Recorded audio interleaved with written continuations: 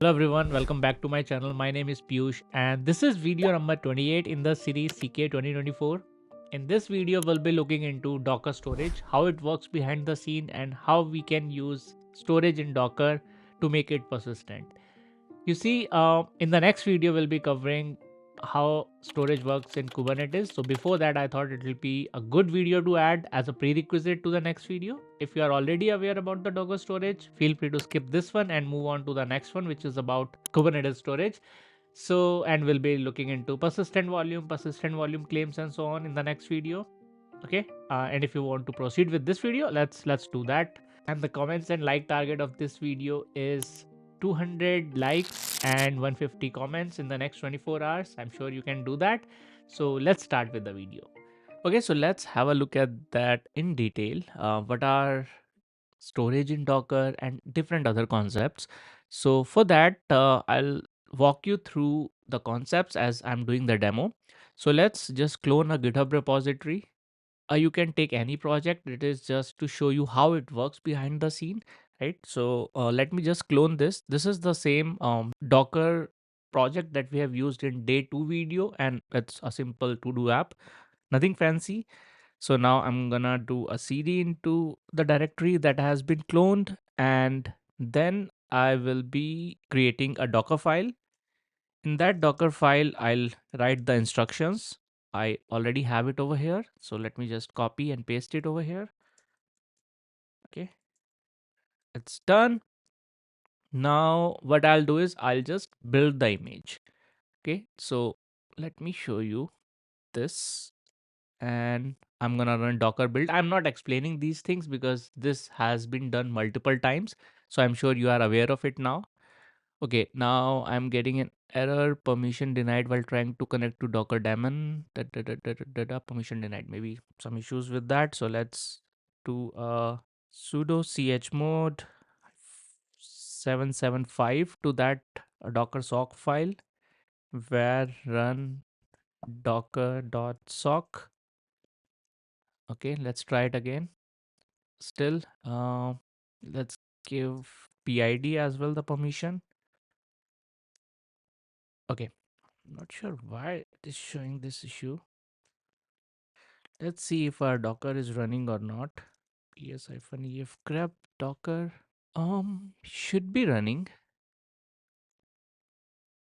Okay, and let's see if we are able to build this with sudo. Okay, yeah, so some permission issues, we'll figure out it later on. For now, we just want to get going. We don't want to spend much time on that.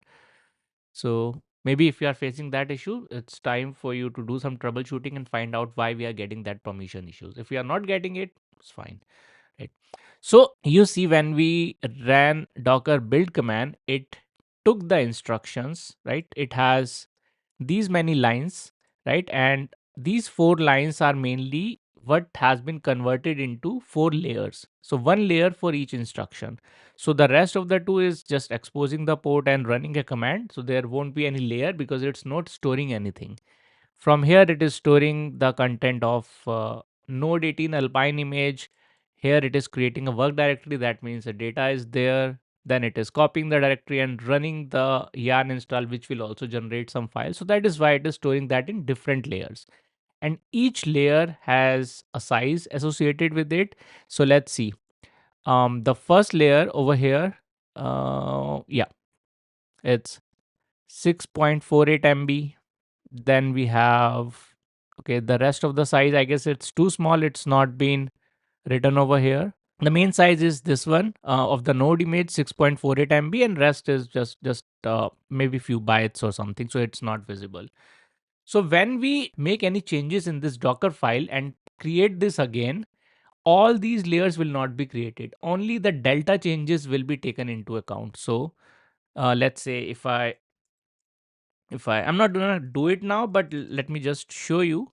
So if I, let's say if I change the work directory to app or something, right? Or if I instead of doing everything, copying everything, we just copy certain files from here to the work directory of the container, then a new build will be created, a new image will be created, but all of these images, all of these image layers will not be recreated.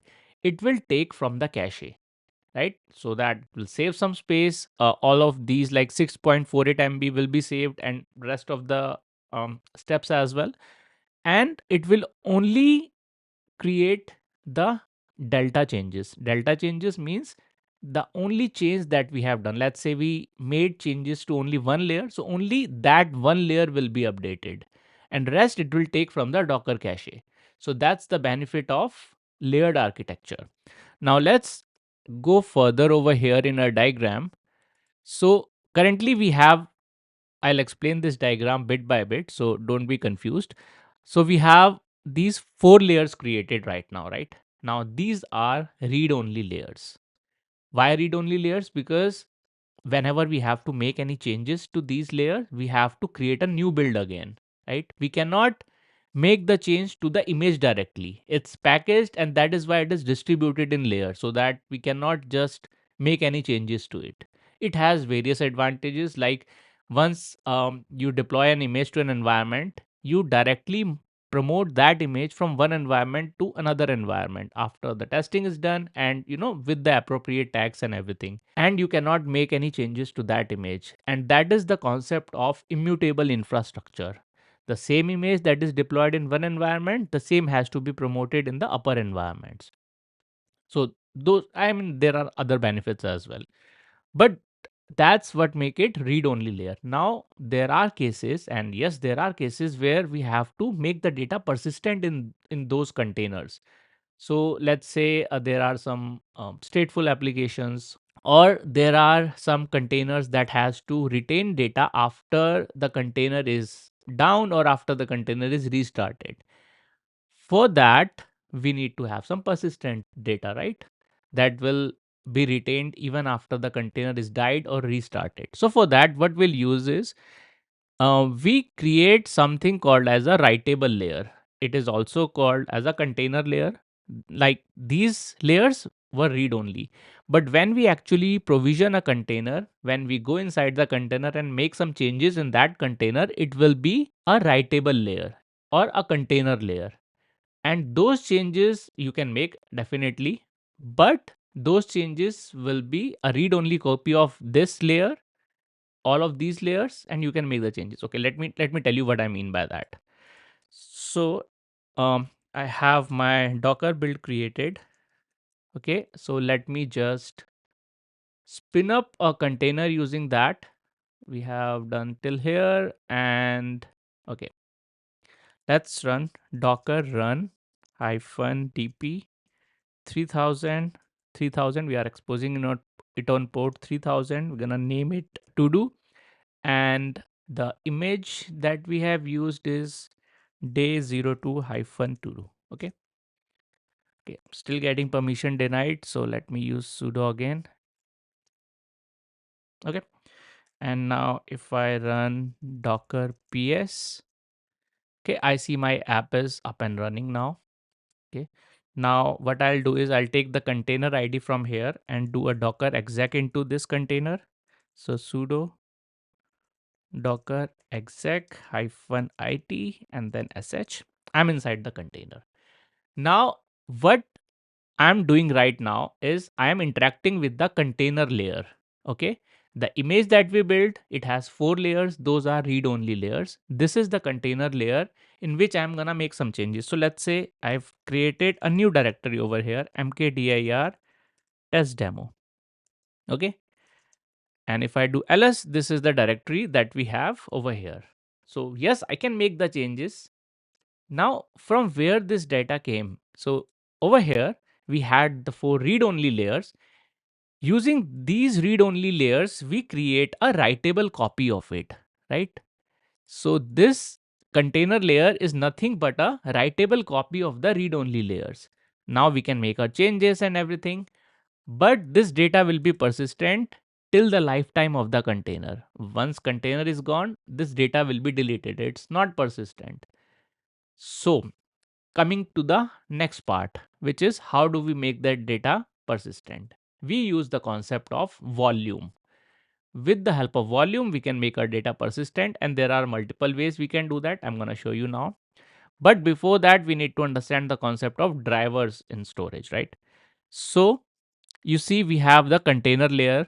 Okay, now who is responsible for writing data in this container layer? Right, storage driver do that. So storage driver not only just write the data in the container layer, it also stores layer within container. Right, so all these read only layers, these are created with the help of storage drivers. And to make the data persistent, volume driver is responsible to do that. Right, it's pretty simple. Like, although these concepts look familiar, like storage and volumes, like they look the same, but storage drivers are responsible for writing data in the container layer and also creating these layers within the layered architecture. Volume driver, when it comes, it just make the data persistent. It makes sure that data is available for use later on. It makes sure that data is there even if the container died or restarts or stopped, or any other container can also use the same data. Right, there are different storage drivers that we have. So we have overlay, ZFS, VFS, AUFS, device mapper, and there are many more. It's just um, Docker selects its own storage driver based on the operating system. For example, overlay 2, this is the most common storage driver that is used for Ubuntu images, and it works well with other CentOS, Fedora, other Linux flavors as well. Right, AUFS and device mapper, we used to use this earlier, but now they have been deprecated. That means it is out of support, they are not being used. Okay, so these are the storage driver. And when it comes to local drivers, so we have a default local driver. So when we store our data persistently in the host machine, then we use something called as a local volume driver. Right, and there are other options, like if we want to store our data in cloud, so we use EBS for AWS, or we use GCE persistent disk volume driver, or we have Azure file storage, and so on. There are many more, like vSphere, we have Portworx, many other third party volume driver providers. Right, so coming back to our screen over here, so we see that we have created the data. Now how do we make it persistent? Okay, let's exit from this container, and let me just remove that. So docker ps, okay, sudo docker ps, okay, docker sudo docker stop, and then the container id. Okay, I've stopped it. Now sudo docker rm and the container id. I have removed the container completely. Now if I do docker ps, I won't see anything, and there is no volume, that there is no data. Right, so the folder that we created earlier would be gone now. Now we'll create a new volume. Okay, so let's call it data volume. So docker create volume, and let's call it data underscore volume. Okay, it says it requires docker login. Okay, because I have typed the command wrong. It shouldn't be docker create volume, it should be docker volume create. Now it is considering volume as the image name, and it says it not able to find it locally. So let's change this command to sudo docker volume create, and then let's call it data volume. Okay, the volume has been created. So sudo docker volume ls. So there is a volume created with the local volume driver, right? Because we are making it as a persistent volume. So it is using a local volume driver, and this is the volume name. It doesn't have any data, but where the data will be stored on your local machine, we are using a local driver, right? So it has to store data locally. So in Linux, we have a directory called var lib docker. Okay, everything resides in this directory. So if I do ls over here, we have runtime plugins image, all the images will be stored over here. Network overlay 2, which is a storage driver, all the container layers will be stored over here in this container folder, and the volumes will be stored in volumes. So var lib docker, that's the default directory of all the docker storage. So now if I go inside volumes, okay, I see there is one default volume, That's okay. And then there is metadata.db, but what we are looking for is data volume over here, right? So if I do a cd into data volume, okay, it doesn't have permission. So let's do a sudo ls, okay, and it has data. Now let's do ls over here. So it doesn't have any data at the moment, right? So where are we? We are in var lib docker volumes, data volume, which is the volume that we created, hyphen data. So all the data that volume will have will be stored over here locally in the system. Okay. Now let's go back to our home directory. Okay. And let's try to create Docker container again, but this time we'll use the volume with it, right? So I'm going to use the command docker run hyphen v. So what we are saying? We are saying to use hyphen v. V is for volume, and mount the data volume, which is the volume that we've created, to var lib inside the container. I guess our container does not have this var lib folder, so let's use /app. App is our work directory inside the container. So everything that we do in /app will be stored locally in the data volume directory, and it will be synced in the real time. Okay. Now the other parameters that we have, hyphen dp on port 3000, and then we have our image name. Let's use the same to do, and then sorry, the name of the container, and then the image name. Image name would be day02 to do. Okay, now let's do a docker ps. Okay, it says it's up, and if I do a docker exec into this now, docker exec hyphen it sh, I'm inside /app directory. Okay, over here I have all the content that has been generated. Now what I'll do is I'm gonna create a new directory, mkdir test demo. Okay, let's just do that for now. Okay, just simple plain directory, and we just need to make sure that our data is stored persistently. Okay, now I have created it. Let's do an ls just to make sure. Yes, we do have a directory over here. At the end, if you see, it says test demo. Okay, now let's exit from the container. I did the exit, and now let's check the content of that directory again, hyphen data.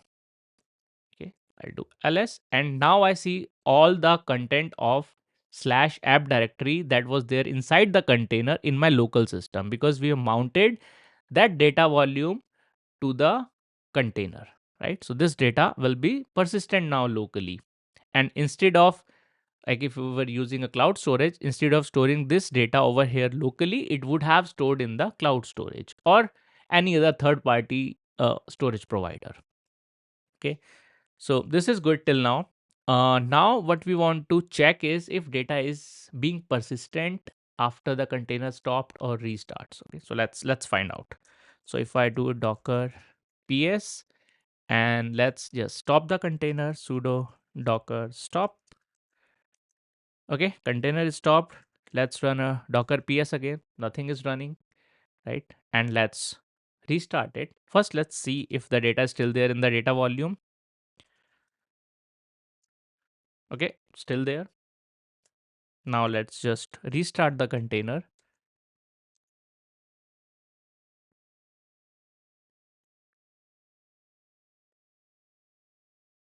Okay, and let's do a docker exec again.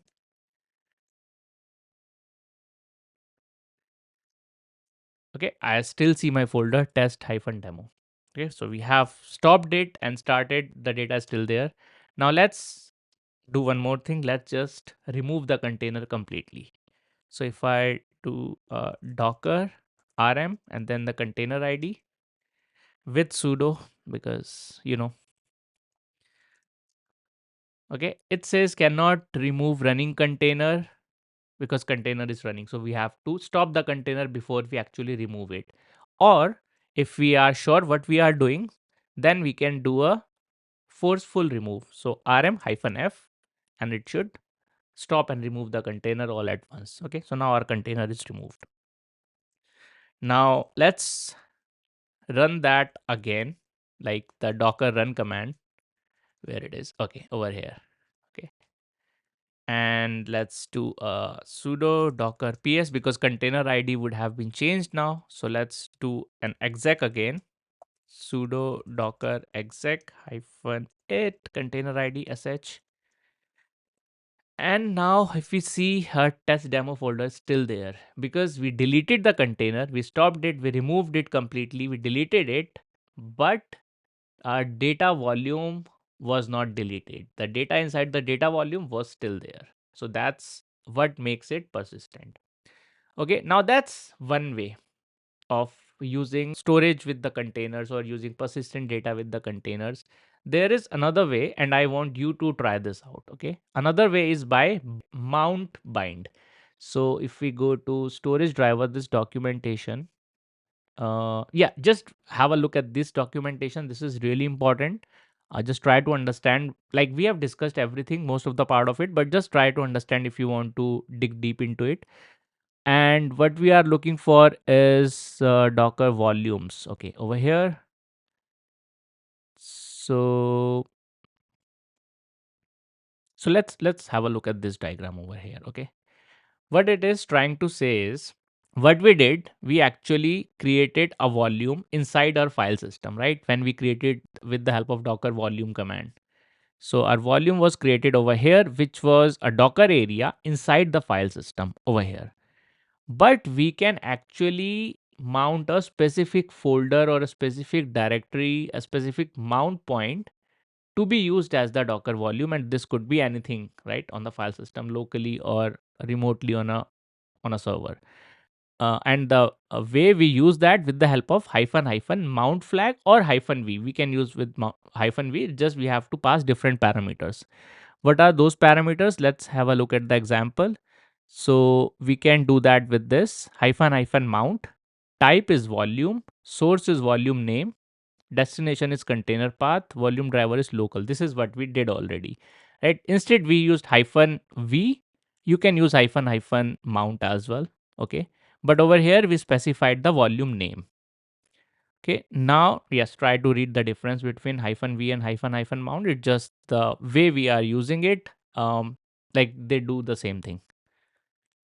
Now the next part is so what we did, hyphen v, we could have done that with hyphen hyphen mount as well. That's what I'm trying to say. Now the other one is bind mount. Let's see how it works. Okay, over here, bind mount. Okay, this is what we do. Okay, mount type is bind. Earlier it was volume, I guess, or yeah, have a look at that. So now the mount type will be bind. Source is your source directory on the local machine, right? It could be, let's say, slash home ubuntu or slash user, whatever it is. And then the target is the directory inside the container. With the other option that we saw, it was slash. It was not slash, it was the volume name, like data volume that we created. So that's the difference. We are not now binding the volume with the container storage. We are now binding the local file system storage with the container file system storage, right? That's what we are doing. So that's the main difference between those two. And it has, you can check the, like if you run, let's exit from the container, and if you run docker run hyphen hyphen mount hyphen hyphen help, let's see, we have mount, where it is. Okay, over here it says hyphen hyphen mount, attach a file system mount to the container, and you can check the different options, like, and then there is volume as well, bind mount a volume. So it works the same way, just the syntax is different, right? And let me see if I would want to cover anything else as part of this video. So we have covered the different storages, volume drivers, storage drivers, volume mounting and bind mounting. Okay. We looked into layered architecture and the benefits of it and so on. Yeah, I guess that was about it. All right, so that's it for this video. I hope you have now understood how storage work in Docker. It is really important to understand how it works, like what is persistent storage, what is non-persistent storage, how do we use it, what type of drivers do we use, and it is a prerequisite to understand how it works in Kubernetes, which we'll be covering in the next video.